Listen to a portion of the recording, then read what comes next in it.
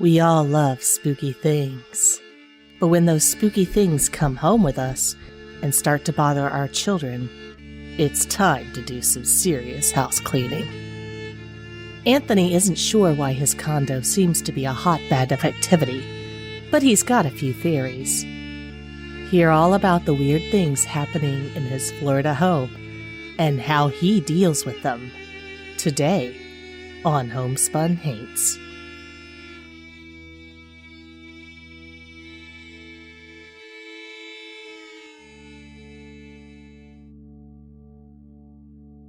Hello, Hainted Loves. Welcome to Homespun Haints. I'm Becky. And I'm Diana. And today on the show, we have another guest from Florida. You know what that means. That means it's going to be super spooky and super unusual. So full of hauntings, so full of demons, so full of all the things that you associate with Florida. We're going to hear today from Anthony, a gamer and a travel blogger and all the cool things from the Miami area. And boy, does he have some stories. And they're ongoing. In fact, while we were interviewing him, some stuff started happening. It's really, really spooky, and it will make you rethink everything you think you know about possession. And speaking of possession and the demonic and all of the things, I had an incident last night, Diana. Oh, God. Did you get another doll, Becky? No. Thankfully, no more dolls showed up at my house, but this may have been worse. So on Halloween, Diana and I decided to have a seance at a friend's house. Because that's what you do, right? Was it really I mean, it was more like a casual chat. It was like opening a Discord channel with a ghost. It kind of was. There were so yeah. many damn ghosts talking at once. It was hard to call it like a real seance, right? Yeah, I guess. I called up one of my neighbors and I was like, hey, what you doing this afternoon? She's like, nothing. And I was like, can we come over and summon some ghosts in your library? She has a horror library and it's full of all sorts of skulls and crystals. And I was like, this would be the perfect place. Hey, do you mind if we summon ghosts in your house? And she's like, that's fine. Come on over. So we came over and we brought my Ouija board and we did talk to some ghosts. I couldn't find the planchette, so I used a little Howlite ghost that I purchased from Little Shop of Light and Love. And wait, what was that stone? Howlite. Howlite. Howlite, yeah. Is that used for what, lycanthropy? Howlite? It's a calming stone. It's supposed to help awareness, stimulate knowledge, and it also balances the calcium levels in your body. By eating it or by holding it? By using it as a planchette. Anyway, it was an adorable little ghost-shaped planchette, so the ghosts got to move the ghost around. They probably were like, really? So cliche. Anyway, point is, we talked to some ghosts. No big deal. They didn't seem to want to talk to us. They kept getting frustrated with us and saying goodbye and leaving. That's true. We kept asking questions and then assuming we knew the answer before the whole thing. Like, A, Abbott? B, they're definitely saying Abbott. Goodbye. What? We're like, what? But wait. Trying to say absolve yourselves. Anyway, we struggled, but that's not even what I'm here to talk about. Oh? We can post that entire video, if you guys would like, on YouTube for you to see us having these very nonsensical conversations with ghosts. Or were we talking to ghosts at all? Who knows? Who knows? Maybe it was the spirit of an elemental who didn't know how to spell that was trying to talk to us. Let your fingers do the talking. Well, Diana, I came home and I brought the Ouija board and set it on a desk I have in our bedroom. It's a secretary desk, so it has a top that folds down. It's not a very sturdy secretary desk. I bought it very cheap, and then I kind of Frankenstein different things together on it just to make it work for me. I think it's got like some regular sofa legs that I put on the bottom of it, and I had to kind of do some additions to get the things that pull out that the desk part rests on to be sturdy. So it works, but it's also not the most solid piece of furniture out there. I think it's made out of pine or something. Like a coffin, cheap coffin, like a cheap coffin with sofa legs attached. That's a sight. Yeah. Sofa legs are probably the most sturdy thing on that. Like I said, Frankenstein this thing together. I am not a woodworker. I just made things work. What would Jesus do? What would you... Jesus probably would not fill it with crystals and pentagrams. I had the top down with the Ouija board sitting on it, and I went to sleep. Just sort of forgot about it. God, we were busy. Yeah, we were really busy. Also sick. It's not your fault. I don't know what I set on top of it, but there were some other things I put on top of it. Maybe scrap pieces of paper or maybe a stone or two. But when you awoke, they were pointing to letters.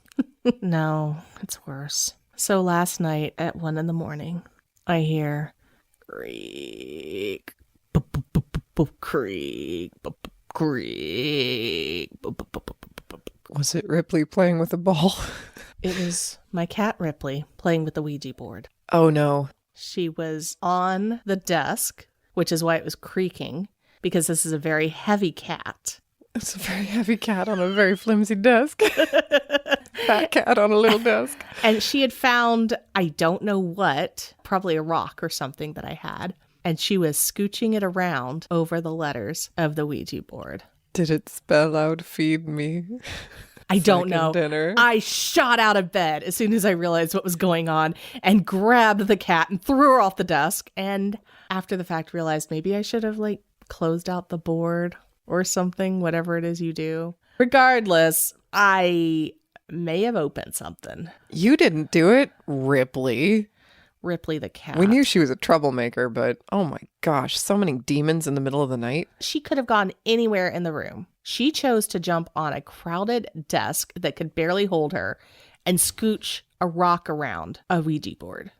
I have news that may or may not be good news for you.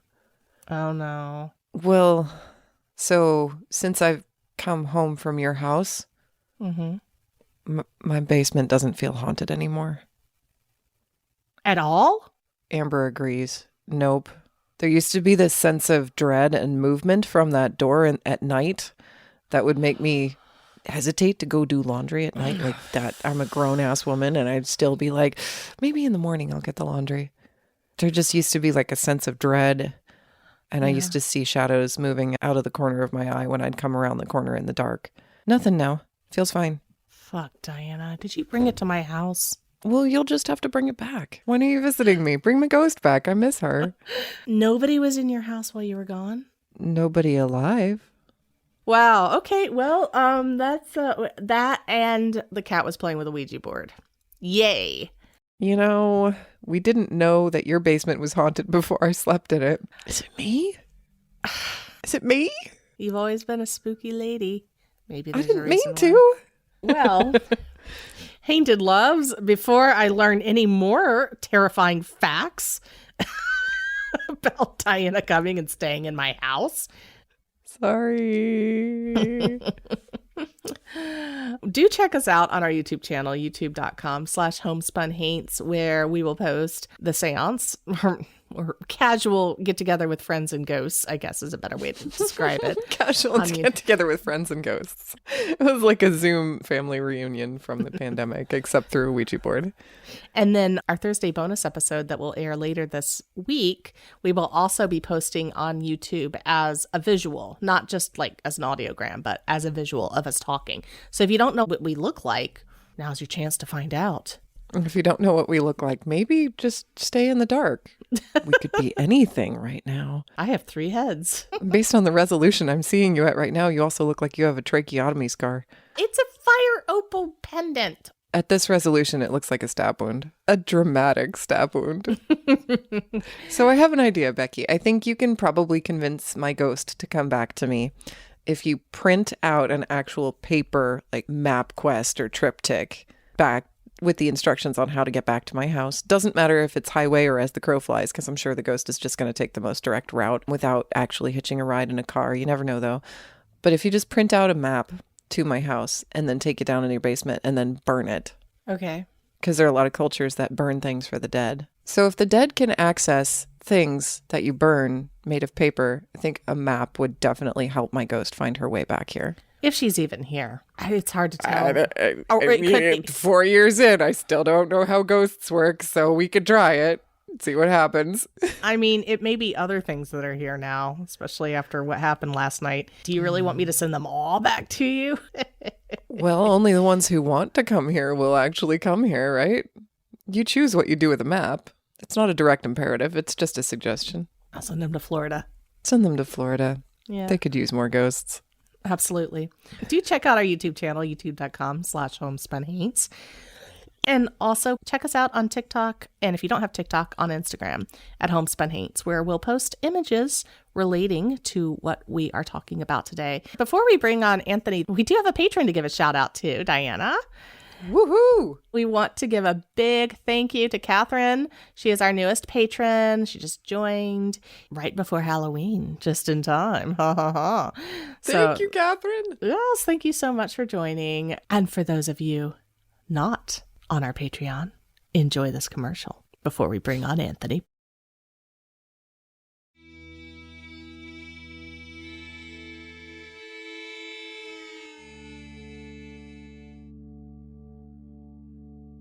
Today on the show, we have Anthony Binga, who is calling in from Miami, Florida, which we love. We love it when we have people from Florida because, as you all know, Florida is the most haunted state in the U.S. And do not try to argue with me. I know what I'm talking about here. I have lived in Georgia. I've lived in Tennessee. I've lived in Chicago. I've lived in Florida. I know which one's the most haunted. So, Anthony, thank you so much for joining us today. Thank you for having me. So tell us a little bit about what you do other than coming on our show and telling us ghost stories, because I understand you have a YouTube channel, you have a Twitch, you love horror and horror games. Talk to us a little bit about what you're up to. Me and my wife have a vacation channel that we usually vlog with. We haven't vlogged in quite some time, but we usually try to every now and then. It's called Pena Travels. We usually do theme parks, different like little vacation excursions. We've done cruises, a bunch of like the Disney parks, all that fun stuff. Family friendly channel. Is a lot of it based in and around Miami and Florida? You mentioned cruises. Yeah, mostly Florida. Okay. I also have my Twitch channel. Usually stream like a lot of horror variety games. We love all sorts of horror stuff. So do we. And how do people find you on Twitch? Just right, Pena Gaming. Okay. Pretty much my last name, Pena and Gaming. Okay. And that is spelled Pena. Yes. So on top of your love of horror gaming and fiction and travel and all that, I understand, Anthony, that you have a rather disturbing story of something that has happened to you and your child.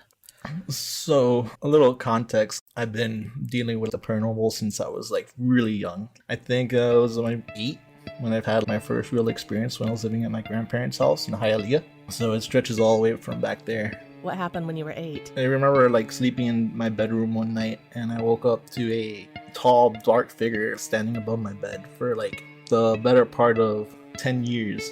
This thing would just come out and just stand there. Every night? Every freaking night. For 10 years?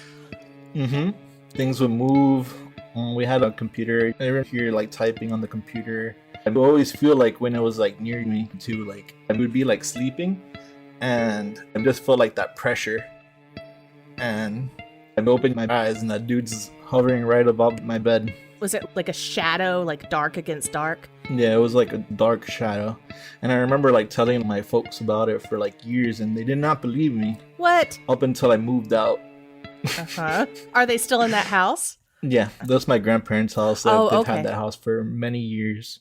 The creepiest part about that house, my grandma has a nice porcelain doll collection in the living room. I'll send you guys a picture of it. Yes, yes, please do. We'll include it on our site. I like how you're like, I was seeing this phantom shadow man over my bed for 10 years, but the creepiest part is these dolls. Yeah, those porcelain dolls. I appreciate that. After a while, with dealing with that for so many years, very little really bothers me when it comes to stuff like that. I've had things follow me home all the time. I also am a fire alarm inspector, so I usually go to a lot of locations. I've been to the Hollywood Beach Resort, which is where Capone got shot. That is a creepy, creepy place. Oh my God. When you have to walk the units, oof, you get some mad goosebumps. We did like a lot of elementary schools too, like schools at night. And let me tell you, schools are really creepy when there's no one there. I heard footsteps. I was standing next to like the fire panel. You're like someone walking towards me. There's no one there at all. You know, it's a little odd when you start hearing someone walking towards you. Well, let me proceed with the story. Yes. There's been a bunch of little things that happened in the house. This is where you're currently living. Yeah, it's a nice little condominium in Ventura.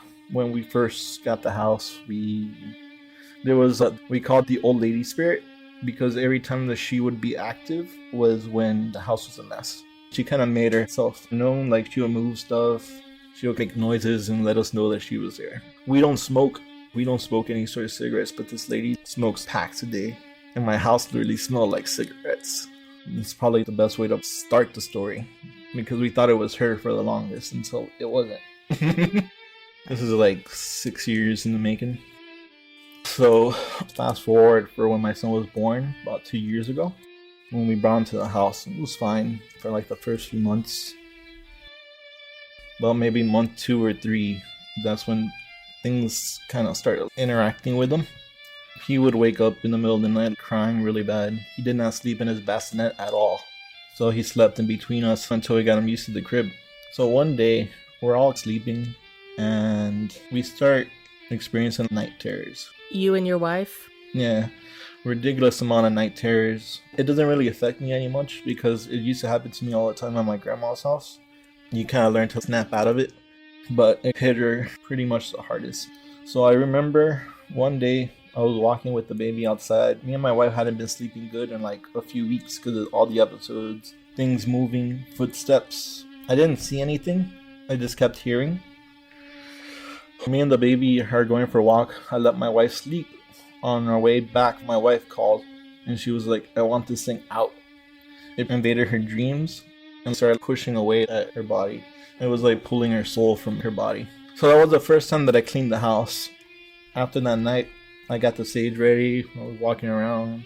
Just kept doing like what you're supposed to do. Just be very, very nice about it. Like not to be mean or anything. Just you're not welcome here. You gotta go. And while I was cleaning the house, my wife had the baby in the living room, hold tight. The baby saw it run towards the door because he stiffened up and his legs stretched down and he could not stop crying. So I sat them in the balcony, and then as I'm walking into the bedroom, I got attacked. My first attack was a giant slash like right here. It broke skin? Yeah, but after that, like we were good for like a few months until it started again. And when it started again, it was really bad. It pretty much was doing the same thing. It was doing a lot of night terrors. It was bothering her a lot. It was waking up the baby. Things weren't good again, and a bunch of negativity in the house. So a lot of stress on both me and my wife. Yeah. It was just like a really nasty place. So I asked a friend of the family, she's a Santería. I asked her to look into it for me. She told me I'll look into it on Thursday. We waited. We tried to do our best to try to stay sane for those amount of times, but it was really bad. On Thursday, she finally contacted me. She was saying that you have a very negative spirit. It's just feeding off the negativity in the house. She told me the stage of the house. She actually said to like burn anything that like incense, anything to smoke out the actual presence itself. So I did that, and it slashed my arms this time when I was doing it. I didn't see it, but I had little gashes. It didn't break skin this time because it literally healed 2 or 3 days after, like you couldn't even see it anymore. But she was telling me that me and my son have like an aura to us that attaches, like things attached to us. And it made a lot of sense when she said that, because I've had a lot of things follow me. Like when I went to Louisiana, something followed me from Louisiana and it scared the crap out of me. We were doing the cemetery tour in Louisiana, so we did the above ground cemetery. When we got home from the trip and everything, I had like a pulsing headache like the whole time after that. I went to sleep and literally that stupid thing like laughed in my ear. It like laughed, and I remember jumping out of the bed like, it's like, what the hell? But after that, I never experienced that dude again. That dude just wanted to scare me and dip. He's back in Louisiana now. Jerk. It's your aura. It's something about your aura attracts spirits to follow you. Mm-hmm. And my son has it too. and seeing why we keep experiencing things. We were good for like a while. Over a year, we were like pretty good. Then it started again. It started again with me. It walked to me. I don't know if it was the same thing, but it was like the same energy that I felt like that was in the room. I heard it walk to me. It stood by me, and I remember getting up at night and telling it to go away. One random Sunday, it woke up the baby, and my wife looked at me and she was like, "Why is the baby looking over there?" And in my head, I'm like, "No, not again." And I heard it walk to my wife, and it invaded her. It got a grip of her again, and out of frustration, I called my grandma. I was like, "Hey, I'm gonna go over there. We're gonna spend the night over there because we don't want to deal with this again." From the living room, there was no way that my wife would have known that I was calling my grandma if she wasn't asleep. And she was like, "Why the fuck are you calling her? She's old. She's sleeping." And it didn't click that, like, how does she know I was even talking to my grandma? I come back into the bedroom, and then I look at her, and like, she was asleep. Her eyes were closed, and she was talking to me. And I was looking at her arms, like, doing some weird motions. And then she finally, like, snapped out of it. And she was like, "I didn't remember a thing. I couldn't get out." So that Friday, my wife had taken the dog. The baby stayed with my grandparents. And that's when I cleaned the house. Now, this was like the craziest time I had to clean the house because I was by myself completely. Like, not even the dog was there. On the beginning of the week, I had left out some fresh sage and I dried it out. I was gonna burn that nice fresh sage. I had a bowl ready. I was ready to do my thing. And I had the little lighter there. And as much as I was lighting the sage will not catch fire. Not catch fire at all. I put a napkin underneath to try to like trick it to burn, and I had to walk around and like just talk. And as I was talking, the sage was burning, and I was just being, "You're not welcome here. You gotta leave my family alone. You're not welcome here." The more I was talking, the more that the sage started catching. And finally I was able to actually get the sage to light, and I smoked the house. Like, the house looked like I was hotboxing my house. That's literally how much smoke was in there. I was like, I really don't want to deal with this guy no more. Now, as I'm cleaning, when I'm in the living room, I look towards the door, and there I saw it. The first time I had seen this thing, it was like hovering over the door. It was a dark black figure. No eyes. It was transparent, but it was dark.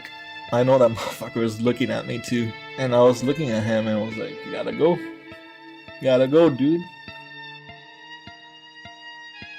Hovering over the door, like just floating in the air? No, he was like, I couldn't really see the feet, but I could see he was standing. He was over 6'9". He was above the door. It was really creepy. It turned on children toys. Toys started talking around.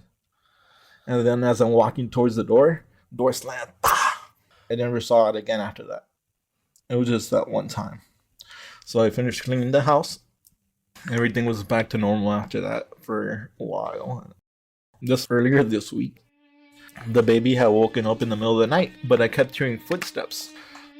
So now that the baby is a little older, he's been able to climb over the crib.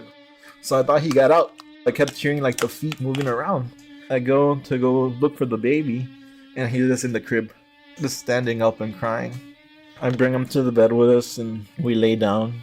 My wife was like, "Oh, I'll get him a binky so he could calm down." So I'm looking for the binky. I cannot find the binky for the life of me. As I'm walking to the closet, I look down, I see a little boy.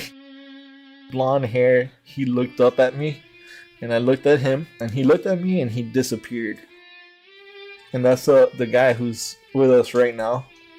My wife just sent me a message. He's in the living room. A little boy now that's like wandering our apartment. He's a curiosity with my son. He's been running around the condo, waking him up, bothering him a little bit. And he's right near him. I saw him in the morning. And your wife just noticed it? She just sent me a message that he's listening. Ooh, was he about your son's age? He was a little older. At least what it looked like. He was a little older. He was kind of more defined. He was a little taller than him. But I think he just wanted to play. I'm not sure. Like, I didn't feel anything negative about it. My wife, today when I was at work, she was organizing the baby's clothes and she felt like something looking at her. Something tall. It's something new. I'm not sure what it is, but I'm gonna probably clean the house later on in the week. So the way that this condo is shaped out, they have a bunch of doors facing each other. I know that's supposed to be some sort of like negativity, if I'm not mistaken. Doors are liminal spaces, so they can create some sort of portal. Yeah, I think so because they're like directly in front. There's a lot of people in the condo that seen things. I know a lady downstairs told me that there's a dude that practices voodoo somewhere. So I'm not sure if that's what's attracting them to us. Yeah, I've heard that can happen if somebody's actively calling on spirits and maybe not closing the door properly or sending them Yeah, back. and that happens a lot. You get a lot of people that like just want something to happen and they do things the wrong way. Right. PSA, if you must summon spirits, know what you're doing, please. Yeah. Yeah. Close the door when you're done. If you just want that experience, like one and done, just make sure you do it right. So it sounds like it's a combination of you and then this aura that your son inherited from you. But it sounds like your wife is also very sensitive Yeah. because she's able to know when these things are happening. So you're all very sensitive. You're able to see these things. Most people go their whole lives without ever seeing anything. And for you, it's just like par for the course. And then also you're living in this place that seems to be this sort of magnet for them. Have you considered moving? Yeah. We're actually looking into my house soon. Oh, good. We'll be out of this. I'm really curious what's gonna come next. Right? There's a lot of good stories though. I have a lot of good ones, but this one has been next level. You mentioned 3 different spirit presences in this house so far, right? The older lady, the creepy tall man, and then the little boy. Do you think that each time you do a cleansing of your house, you're actually cleaning out the one spirit and then another one replaces it later? I think so. It sucks because it's not really a proper way to do it here, I guess, because there's so much energy. When you have such a accumulation of people, you got different people stressed out. You got our front door neighbors that have like 4 kids. So I'm pretty sure they're very bringing in some of that energy. I think like a lot of the time, like the energy that you have to create has to be positive, kind of push away that negativity. But the priestess that you spoke to, did she have any advice or ideas about why it tends to be negative spirits that are attracted to you, or advice for things you can do to keep it from happening in the future? She said to wear more light clothing, but it's not barely wear any sort of white clothing to begin with. Light clothing? Why is that? Well, I know a lot of like the Santería people, they wear the white clothing. I don't know the whole reason behind it, but I know that they're very big on white.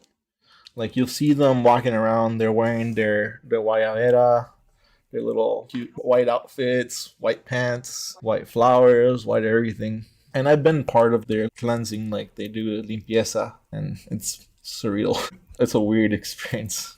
You can't leave the house while they're doing it. They do a sacrifice and you gotta be there for the whole thing. I have stories with this lady. She doesn't live very far from my grandma's house. I remember one Christmas my grandma needed chairs. So where does this lady have her chairs? Where she performs her rituals. Where does she perform her rituals? In a shed in the backyard. So I go in there. I'm I don't know, like a 15, 16-year-old kid. I go in there to grab some chairs. And I just see red eyes around me. And I hear laughing. And I'm like, nope. And I book it back home. And my uncle looked at me and was like, what happened? I was like, I'm not going in there, dude. You're crazy. You're crazy.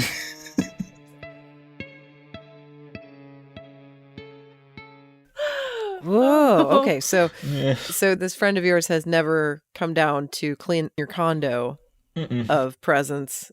Do you feel like she was somehow attracting these things to her ritual area? I know they use their spirits to like gain things. To gain things, they worship certain ones. Depending on who they're worshiping, because there's different gods.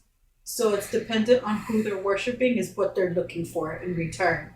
And in return, it's dependent on what. There's so many different kinds that not all Santerias follow the same person. They're following different gods. And then they make the sacrifices and they make the offerings and everything to that certain god for something in return, depending on what exactly they're looking for. And that's what they'll devote their whole life into. Okay. She described it as best as like anyone could. It sounds fascinating. Yeah, there's a lot of like that here, Miami. Knowing what you know after you saw this entity when you were a little boy and your parents didn't believe you, and then knowing what you know about what your Santera friend said about your son, sharing your abilities, how are you going to raise your son differently? And like, what are you going to do to prepare him? I'm gonna tell him like when you see things like that, just respect it and acknowledge that it's there. Try to like just respect it and go like, oh, I'm sorry this happened to you, but I do not want to talk to you, and just be respectful to these things, because a lot of the time they're just stuck. They just want to talk, and it sucks sometimes because it scares us because we're not used to all that stuff. But when it happens, it happens. Have you ever tried to have a conversation to find out what they want? When I was younger, we all have our little stage when we buy a Ouija board and we like to try to experience.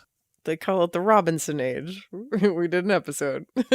We don't do that no more. This was probably like when I was like 12 or something like that. And I remember having a bunch of those episodes. So friend brought a Ouija board over. Let's go check it out, because my friend was over so many times that he also experienced things.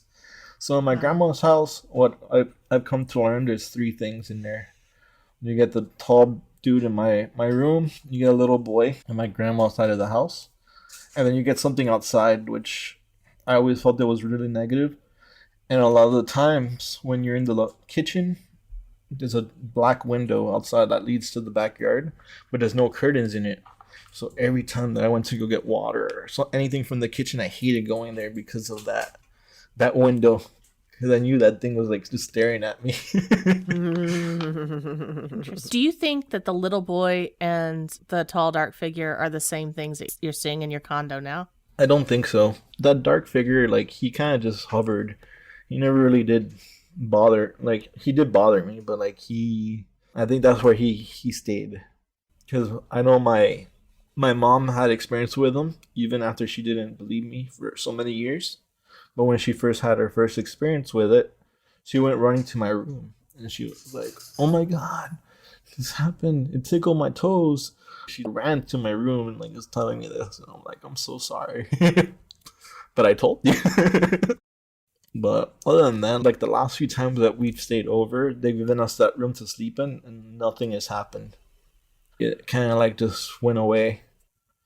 But you still feel things in the bathroom and in the living room. I'll send you those pictures of those dolls. Those dolls. I'm pretty sure those dolls have a lot to do with the activity in that house. Dolls have fallen. Dolls have moved. We had somebody tell us once that everything anthropomorphic has something of a soul. You can't help it. It's creepy.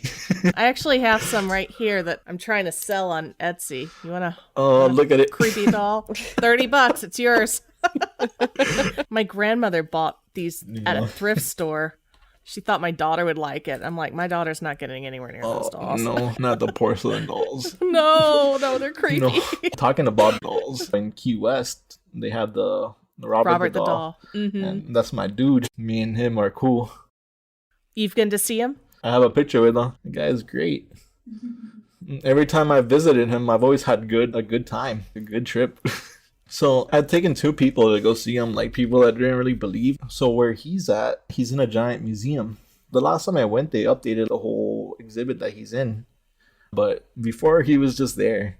And like I'd taken like 2 people to go see him. And both of those people, they didn't really believe in the stuff until we went to that museum. Went like on a Monday or Tuesday. We went to like the top because it's like a giant fort that he's in. So we went climbing this spiral stairwell, and on the top there's a door. We're the only people in that place, and the door opened and closed. He believed after we visited him. But I always had like good experiences with him, man. You know, you just got to be very respectful with him. So your hauntings never increased after visiting Robert? He just came home from No. seeing Robert the doll, and all of a sudden, there's a new entity in my house. I was one of those that like went to these places to like go check it out. Like every place that we visited, we did all like the creepy things in New Orleans. I asked for that one though. I wanted something to happen, but I didn't listen when I got that laugh in my ear. Well, Anthony, thank you so much for sharing Thank that you. with us. I have major goosebumps, and I feel so bad for you and your family that you have to deal with this. But it sounds like you have something of a sense of humor with You it. have to have Yes. to have a sense of humor. Tell us again where people can find you on your Twitch and your vlog. Yeah, so you could go on twitch.com, look up Get Pena Gaming, and you can see me stream. We're gonna start streaming very soon again, and you could follow our vlog at Get Pena Travels. Easy to kind of remember on YouTube. Wonderful. Well, I hope you all have enjoyed this terrifying set of stories from, again, the most haunted state in the country. If you want to dispute that, then you obviously didn't listen to this episode. Please make sure you check out our show notes at homespunhaints.com. Any photos that Anthony submits to us of creepy porcelain dolls or anything else he'd like to share, we will be including there and on our Instagram at homespunhaints. And, of course, we've mentioned this before, please check out our TikTok at Homespun Haints. Anthony, thank you so much. Again, that was terrifying. I love the fact that we record these things at night. And thank your wife, too, for her interjections. It was all very valuable to help out. You're welcome. Good luck with your house cleansing tomorrow, and Thank you. to our listeners, hopefully you don't have as spooky a day, but it's at least a little spooky. Homespun Haints is hosted by Becky Kielimnik and Diana Doty, and produced by Homespun Haints Media LLC. Editing and music by Becky Kielimnik. Show notes by Diana Doty. If you have a ghost story and you'd like to be considered as a guest for this podcast, please visit our website at homespunhaints.com/submit.